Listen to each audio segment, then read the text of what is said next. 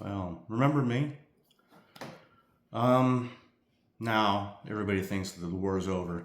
This is just a memorandum of understanding. You know, it's not not the final thing. And also, there's people within the swamp, the elitist class. They're not going to accept this. They're going to go beyond around the president, behind his back. Israel will try to have a history of this. It's really going to come down to the president's resolve and ability to force what he wants through. When he was for the war, everybody's on board, right? Even most of the media was on board. Mostly, you had some, people that were asking hard questions, but for the most part, media was on board. Boy, the world doesn't like a loser, and that's what it is. Not just Trump, the American, the country is lost on the world stage. Now, this is the end of it. It takes on a momentum of its own. For instance, Saudi Arabia and United Emirates, I think. I have to go back and check. But they're going to pull away from the United States because the whole deal of the GCC countries, that deal that was forged in the 70s, was oil in dollars as long as the United States could protect them. We've proven we can't do that. So they're going to look.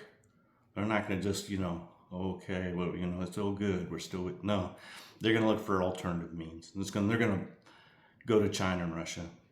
It's just how it's going to go.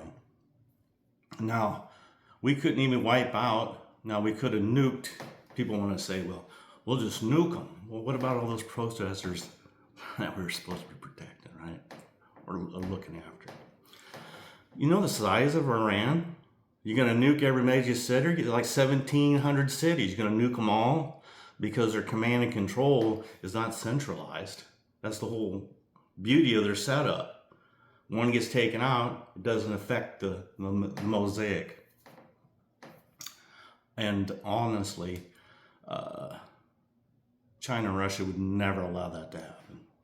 Never allow that to happen to their backyard. That'd be like the United States saying, okay, China, Russia, go ahead and nuke Mexico down in there. We're not going to do nothing about it. Not going to happen. I think it's funny how everybody, America, we can do anything. No, we can't. There's limits to our military power. Pure and simple. We peaked in the early 90s. It's a fact. Military was telling him the limitations are stockpiles and capabilities. It's on record.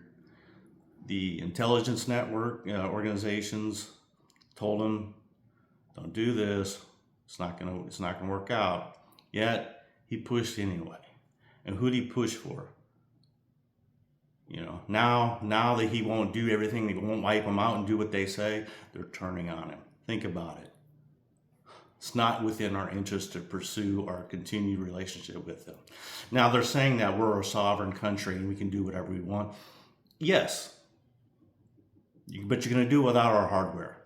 You're going to do it without our intelligence. You're going to do it without our financial backing. Pure and simple. But most of the politicians are bought and paid for. Until it puts them in a situation that they can't flip-flop, You can't say one thing in front of this crowd, different, playing to the audience.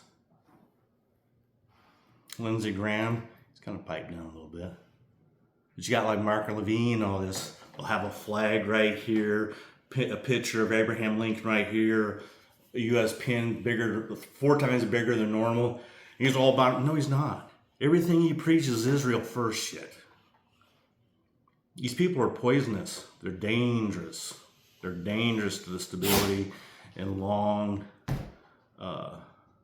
health of the United States. George Washington was right. No foreign entanglements. Wasn't within our interest to do so. Here we are. And Iran wasn't even a peer. And some people say, well, we could have nuked them. Well, no, you couldn't have. Russia and China would have never allowed that. Never allowed that. Yeah. And we can't even take out Iran, and we think we're going to, 5 years from now, we're going to take on China? You're out of your mind. You're out of your mind. You know, we're going to shrink from the world stage. It dominoes. Things don't just stay stagnant, you know. And it won't be necessarily military action against us or people, you know, putting out fires everywhere. You know, people will shit on us if it's the ability to do so. Dude, he ran on the platform. He wasn't going to do all this shit. Now this is the consequence. There are consequences to actions.